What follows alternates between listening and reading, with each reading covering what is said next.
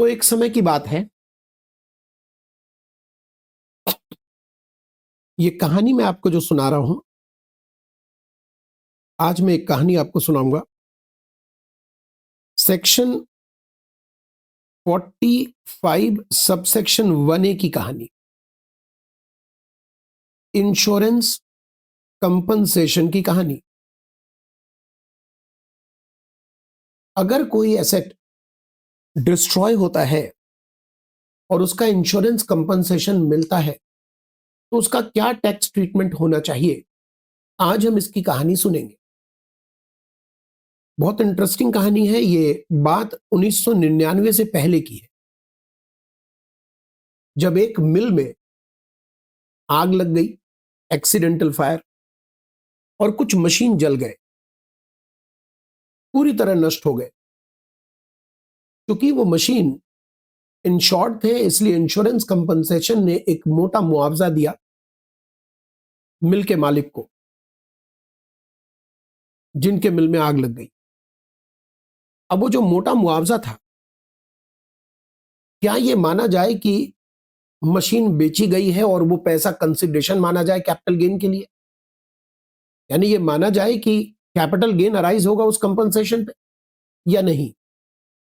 मिल के मालिक का कहना था कि नहीं, कोई कैपिटल गेन नहीं आएगा, ये कैपिटल रिसीट है, इस पर कोई टैक्स नहीं आना चाहिए।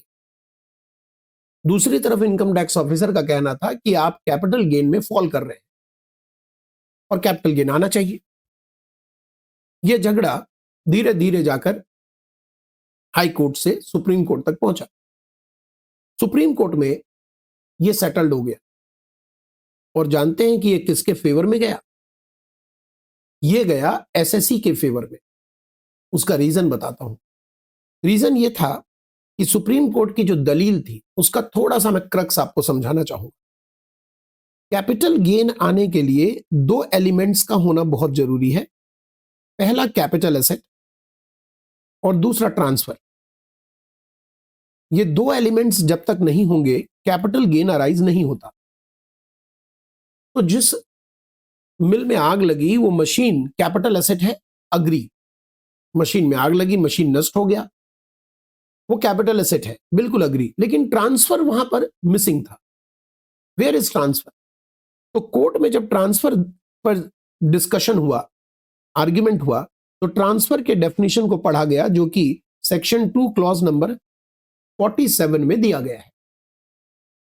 वहां पर ट्रांसफर के डेफिनेशन में लिखा था sale, exchange, relinquishment of asset, extinguishment of right in asset, यह भी ट्रांसफर है।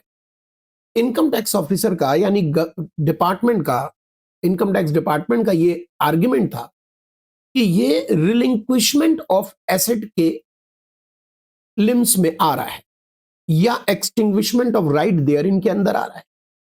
क्योंकि अगर मेरे प्रॉपर्टी में आग लग गई, नष्ट हो गया, तो मैंने उस प्रॉपर्टी का त्याग कर दिया और उसी के बदले मुझे इंश्योरेंस का कंपनसेशन मिला है, तो इसलिए ये ट्रांसफर के डेफिनेशन में फॉल कर रहा है। बट एसएससी का जो आर्ग्यूमेंट था वो ज्यादा एप्रोप्रिएट रहा। गजब का आर्ग्यूमेंट था। एसएससी ने कहा कि आप जरा सोचिए, ट्रांसफर शब्द को भी अगर हम पढ़ते हैं, वर्ड ट्रांसफर वर्ड को भी अगर हम जबान पर लाएं, तो वहां दो पार्टी के बगैर ये शब्द एग्जिस्ट ही नहीं करता। Transfer, transferee. माना कि relinquishment of asset is transfer, relinquishment is assets is treated as transfer, या extinguishment of right in asset is also considered as transferred माना। और यह भी माना कि मशीन में आग लगने के वजह से मैंने एसेट का त्याग किया, इन मतलब चाहा ना चाहा करना पड़ा, या उसके राइट्स छोड़ दिए, क्योंकि जले हुए एसेट्स जो स्क्रैप बचे जाते हैं वो इंश्योरेंस वाला ही ले जाता है, क्योंकि आपको पूरा मुआवजा मिल रहा है, तो वो तो स्क्रैप उनका हुआ। तो मान लिया कि हमने त्याग कर दिया उस एसेट के ऊपर राइट अपना। लेकिन क्वेश्चन है कि ट्रांसफरर तो मिल का मालिक है जहां आग लगी, ट्रांसफरी कौन? क्या हमने जो त्यागा वही इंश्योरेंस कंपनी को मिला?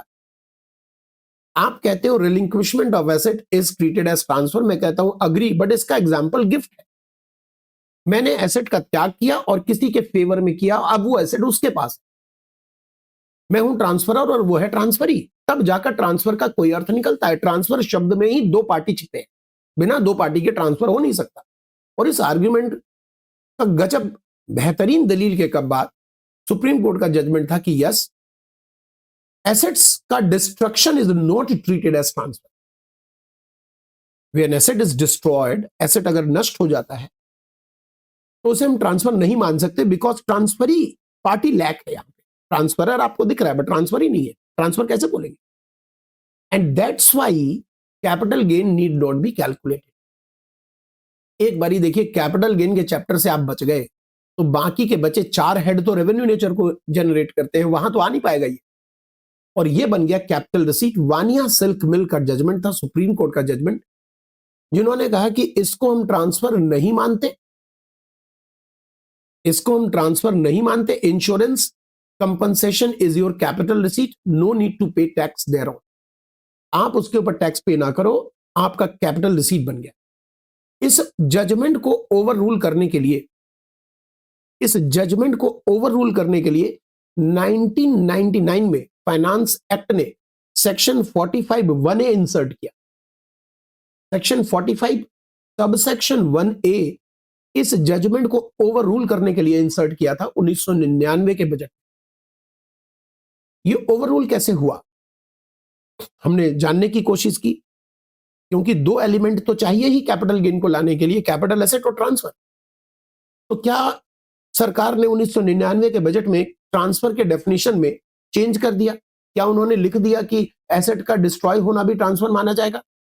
गवर्नमेंट ने कहा ना जी ना, हम ये नहीं लिख रहे।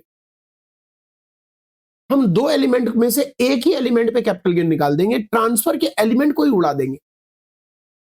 माना कि दो एलिमेंट कैपिटल गेन के लिए जरूरी है, लेकिन वो एक जनरल चार्ज है सेक्शन 45 सबसेक्शन 1।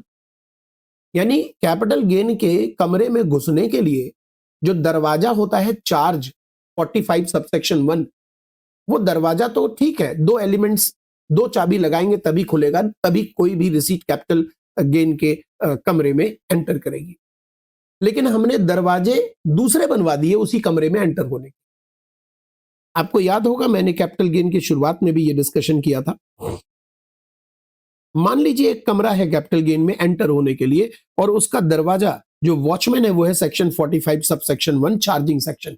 किसी भी हेड के अंदर एंटर होने के लिए चार्जिंग सेक्शन से मिलना पड़ेगा। चार्जिंग सेक्शन तभी एक्टिवेट होता है जब दो एलिमेंट्स साथ में मिल जाएं, कैपिटल एसेट और ट्रांसफर। बट गवर्नमेंट ने इस कमरे की एंट्री के लिए एक दूसरा दरवाजा ही बना दिया 45 सबसेक्शन 1 कैपिटल ए का, और उसमें सरकार ने ट्रांसफर वाले एलिमेंट्स को हटा ही दिया।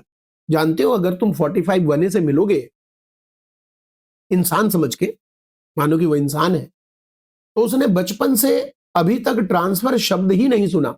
ट्रांसफर शब्द उसके जीवन में है ही नहीं। 45 1A कहता है कि हम तो सिर्फ ये जानते हैं कि अगर इंश्योरेंस कंपनसेशन रिसीव्ड होता है कैपिटल एसेट के डिस्ट्रक्शन पे अपॉन स्पेसिफाइड केसेस, तो कैपिटल गेन जनरेट हो जाएगा। तो सरकार ने 45 1A को समझाया ही ये कि बेटा ध्यान रखियो, अगर इंश्योरेंस कंपनसेशन किसी को मिलता है कैपिटल एसेट के डिस्ट्रक्शन पे, तो कैपिटल गेन ले आना। हाँ, कैपिटल एसेट का डिस्ट्रक्शन कैसे होना चाहिए वो उन्होंने मेंशन कर दिया है स्पेसिफाइड केसेस में, जहां मैं मानता हूं कि लॉ मेकर से गलती हो गई। बताता हूं क्यों, इसकी कमी भी बताता हूं। लॉ मेकर ने 45 1A में लिख दिया कि इंश्योरेंस कंपनसेशन मिलना चाहिए, कैपिटल एसेट डिस्ट्रॉय होना चाहिए, और destruction due to specified reason होना चाहिए। और स्पेसिफाइड रीजन में उन्होंने लिखा है natural calamity, natural disaster, right, civil disturbance, दंगा वगैरह, एक्सीडेंटल फायर, और एक्शन बाय कंट्री एनिमी। यानी मान लीजिए कोई हमला हुआ, चाहे वॉर डिक्लेयर हो या ना हो, वो भी इसके अंदर आ जाएगा, एक्शन बाय कंट्री एनिमी। तो उसके वजह से अगर कोई प्रॉपर्टी डिस्ट्रॉय हुई और इंश्योरेंस का पैसा मिला तो ये भी 45 1A का केस बन जाएगा। लॉ मेकर ने गड़बड़ी क्या कर दी, उन्होंने केस फिक्स कर दिया। जबकि उनको यह करना चाहिए था कि where capital asset is destroyed insurance compensation is received, capital gain is required to be computed. होना तो यह चाहिए था, लेकिन हुआ नहीं। तो क्या हुआ? हुआ यह कि उन्होंने कहा कि स्पेसिफाइड केस में अगर इंश्योरेंस कंपनसेशन मिलता है कैपिटल एसेट के डिस्ट्रक्शन पे, तो कैपिटल गेन आपको निकालना पड़ेगा। इसका फिर यह मतलब हुआ कि वानिया सिल्क मिल का जजमेंट सुप्रीम कोर्ट का आज भी 45(1)(a) जिसे नहीं कवर करता वहां एप्लीकेबल है। जरा चेक कीजिए, क्या यहां पर चोरी कवर है? चोरी हो गई, क्या थेफ्ट कवर्ड है? नहीं। तो बताइए, अगर किसी बिजनेस के एसेट्स की चोरी हो जाती है और वो इंश्योर्ड था और इंश्योरेंस का कंपनसेशन मिलता है, इंश्योर्ड था और इंश्योरेंस का कंपनसेशन मिलता है, तो क्या यहां 45(1)(a) एक्टिवेट होगा? नहीं। तो वानिया सिल्क मिल के अकॉर्डिंग आज भी कैपिटल गेन नहीं आएगा। 45(1)(a) में कैपिटल गेन आने के लिए हमारे पास 3 शर्तें होनी चाहिए। कैपिटल एसेट का destruction, destruction due to that reason, specified reason, and insurance compensation is received. 3 condition, 3 elements के मिलने से ही 45(1)(a) अप्लाई होगा। दोबारा से सुन लीजिए 3 कंडीशन। कैपिटल एसेट का डिस्ट्रॉय होना, डिस्ट्रॉय स्पेसिफाइड रीजन से होना, और इंश्योरेंस कंपनसेशन का रिसीव्ड होना। ये तीनों एलिमेंट्स मिलेंगे तो 45(1)(a) अप्लाई होगा। अदरवाइज वानिया सिल्क मिल में आज भी इंश्योरेंस कंपनसेशन कैपिटल रिसीट है, कैपिटल एसेट के ऊपर, स्टॉक के ऊपर नहीं। देखिए, वानिया सिल्क मिल का जजमेंट कैपिटल एसेट पर आया।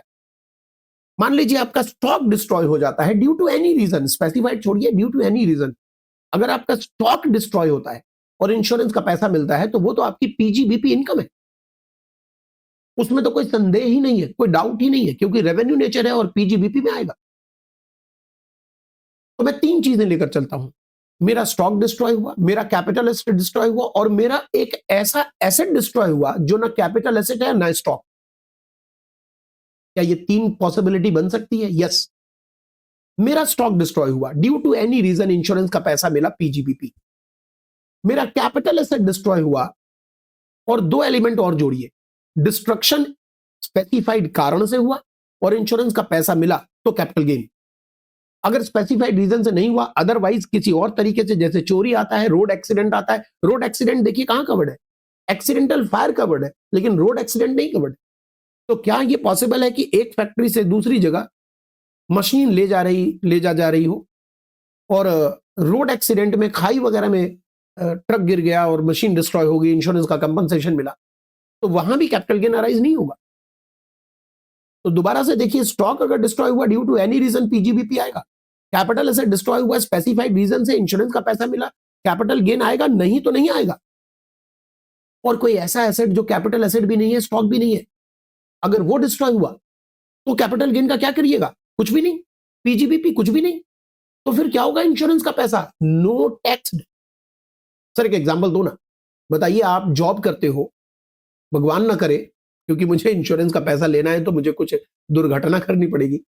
भगवान ना करे कि अगर आपके कार की चोरी हो गई और आप बिजनेसमैन नहीं हो, आपकी कार पर्सनल है, तो पर्सनल कार कैपिटल एसेट नहीं है, कार की चोरी हो गई, इंश्योरेंस का पैसा मिला, क्या कीजिएगा इसका? कुछ भी नहीं, कोई टैक्स नहीं, ये सारा पैसा आपकी कैपिटल रिसीट है, इस पर कुछ नहीं होना।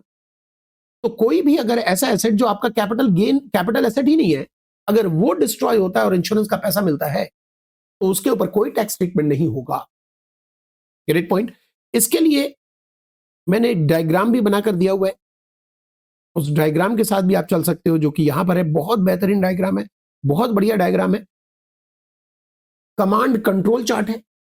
मैंने 3 चीजें रखी है, capital asset, stock in trade और other asset. Other asset destroy हुआ due to any reason, insurance का पैसा no tax treatment. Stock destroy हुआ due to any reason, insurance का पैसा पीजीबीपी। कैपिटल एसेट डिस्ट्रॉय हुआ, स्पेसिफाइड रीजन, इंश्योरेंस का पैसा, कैपिटल गेन, अदरवाइज कोई कैपिटल गेन नहीं। बताइए, अगर कैपिटल एसेट डिस्ट्रॉय हुआ due to specified reason, I agree, but insurance का पैसा ही नहीं मिला, तो कैपिटल गेन निकालेंगे क्या? नहीं निकालेंगे। आपको खुश होना चाहिए, सोच के देखिए, क्या आपको खुश होना चाहिए? अगर आपको लगता है यस, तो आप गलत सोच रहे हैं, दोबारा सोचिए। सरकार कितनी चालाकी से ड्राफ्ट करती है। देखिए गलती तो उनसे हुई, स्पेसिफाइड रीजन फिक्स कर दिया, लेकिन चालाकी ये भी है कि इंश्योरेंस का पैसा मिलने पर ही ताला खुलेगा, तभी इनकम को आप कैपिटल गेन में ला पाओगे। और इंश्योरेंस का पैसा ही नहीं मिला, इंश्योरेंस आपने कराया ही नहीं था, तो कहां से मिलेगा? तो कैपिटल गेन नहीं आएगा। तो आपको खुश नहीं होना चाहिए। क्यों? अरे भाई, कैपिटल गेन नहीं कैलकुलेट करोगे तो लॉस भी तो नहीं कैलकुलेट होगा। सोचो अगर सरकार ने नियम ये बनाया होता, व्हाट इफ अगर सरकार ने लिखा होता कि कैपिटल एसेट के डिस्ट्रक्शन को हम ट्रांसफर मान लेंगे, इंश्योरेंस का पैसा मिले ना मिले, तो हर किसी का कैपिटल एसेट जब भी डिस्ट्रॉय होता वो कैपिटल गेन निकालता, सेल कंसिडरेशन जीरो लेता, कॉस्ट ऑफ एक्विजिशन घटाकर हैवी लॉस क्रिएट करके सेट ऑफ यूज कर लेता, टैक्स सेविंग कर लेता। बट गवर्नमेंट ने कितनी चालाकी से लिखा कि इंश्योरेंस का पैसा मिलेगा तभी यह दरवाजा खुलेगा, तभी कैपिटल गेन कैलकुलेट होगा, नहीं तो कैलकुलेट ही नहीं होगा। तो खुश होने की जरूरत नहीं है। याद रखिएगा, अगर कैपिटल एसेट डिस्ट्रॉय होता है, इंश्योरेंस का पैसा नहीं मिलता है, तो आपको कैपिटल गेन निकालना ही नहीं है, लॉस वगैरह नहीं निकलेगा। अगर कैपिटल एसेट डिस्ट्रॉय होता है, स्पेसिफाइड रीजन नहीं है, अदर रीजन है, और इंश्योरेंस का पैसा मिलता है, तो कैपिटल गेन निकालना ही नहीं है। तो तीन चीजें को जोड़ेंगे तभी कैपिटल गेन निकाला जाएगा। कैपिटल एसेट का डिस्ट्रक्शन, स्पेसिफाइड रीजन से डिस्ट्रक्शन, और इंश्योरेंस का पैसा रिसीव। अब यहां पर आप समझ तो गए सारी कहानी आप समझ गए, आपको अच्छी लगी होगी, याद रहेगा। लेकिन अब हम ये बात करें कि इस कथा को आगे अगर बढ़ाएं कि कैपिटल गेन चलिए आ गया, निकालते कैसे हैं, कंप्यूट कैसे करेंगे? क्योंकि कैपिटल गेन के लिए आपको नेचर ऑफ कैपिटल गेन देखना पड़ेगा, लॉन्ग टर्म की शॉर्ट टर्म। उसके लिए आपको पीरियड ऑफ होल्डिंग देखनी पड़ेगी। तो पीरियड ऑफ होल्डिंग आप कैसे डिसाइड करोगे? पीरियड ऑफ होल्डिंग आप कैसे डिसाइड करोगे? जवाब है period of holding till the date of destruction होगा। क्योंकि देखिए होल्डिंग आपकी कब तक रही? डिस्ट्रॉय होने के पहले तक। तो लॉन्ग टर्म शॉर्ट टर्म का नेचर डिसाइड करने के लिए पीरियड ऑफ होल्डिंग आप लोगे टिल द डिस्ट्रक्शन डेट। अब नेक्स्ट क्वेश्चन आता है कि हम कैपिटल गेन जब निकालेंगे तो ट्रांसफर ईयर क्या लेंगे? ट्रांसफर ईयर यहां होगा ही नहीं। क्यों? क्योंकि 45(1)(a) में जब आप कैपिटल गेन निकालोगे तो उसको तो ट्रांसफर का मतलब ही नहीं मालूम। ईयर क्या निकालेगा? खाक। सीधा असेसमेंट ईयर लिखना पड़ेगा यहां पर। ट्रांसफर ईयर आप प्रेजेंटेशन में नहीं लिख सकते, सीधा असेसमेंट ईयर लिखोगे। और असेसमेंट ईयर होगा जिस ईयर इंश्योरेंस का पैसा मिला। तीन एलिमेंट्स होते थे, कैपिटल एसेट का destruction, destruction due to specified reason, और इंश्योरेंस का पैसा मिला। तीनों में सबसे बाद वाला इवेंट क्या है? इंश्योरेंस का पैसा मिलना। तो तीनों जब मिलेगा तभी कैपिटल गेन होगा। तो इंश्योरेंस का पैसा जब मिला वो ईयर टैक्सेबल ईयर है, और अगर वो टैक्सेबल ईयर है तो उसका अगला असेसमेंट ईयर होगा। तो अगर हमें 23-24 में इंश्योरेंस का पैसा मिला तो असेसमेंट ईयर 24-25 माना जाएगा। 24-25 में इंश्योरेंस का पैसा मिला तो हमारे लिए असेसमेंट ईयर 25-26 माना जाएगा। बोलिए, यहां तक कोई डाउट, कोई कंफ्यूजन? क्लियर है यहां तक? कोई दिक्कत नहीं है। तो हमें क्या क्या ध्यान रखना है? एक, पीरियड ऑफ होल्डिंग कहां तक लेना है? डिस्ट्रक्शन की डेट तक। दूसरा, असेसमेंट ईयर क्या लेना है? जिस ईयर इंश्योरेंस का पैसा मिला उसका अगला। और तीसरी और आखिरी चीज यहां दिक्कत आ सकती है, सेल कंसिडरेशन क्या लेना है? बड़ा जेन्युइन है, सेल कंसिडरेशन लेना है, बता दीजिए, सोच लीजिए। इंश्योरेंस का कंपनसेशन, जो इंश्योरेंस कंपनसेशन मिला वही तो सेल कंसिडरेशन है। और सर मान लीजिए इंश्योरेंस का पैसा मनी रूप में ना मिले, यानी मनी फॉर्म में ना मिले। हो सकता है कि वानिया सिल्क मिल में आग लग गई जैसे लगी थी, और वहां पर मशीन के बदले मशीन मिला। तो जो मशीन मिला है, इंश्योरेंस कंपनसेशन मिला है मशीन, उसकी जो मार्केट वैल्यू है that will be considered as sale consideration. तो अगर मनी मिला तो मनी ही सेल कंसिडरेशन है, और अगर एसेट मिला है इंश्योरेंस कंपनसेशन के रूप में तो उस एसेट की market value will be taken as sale consideration. उम्मीद करता हूं कि आपको ये पूरी बात समझ आ गई होगी। करेक्ट? तो कहानी कैसी लगी? बढ़िया, याद रखिएगा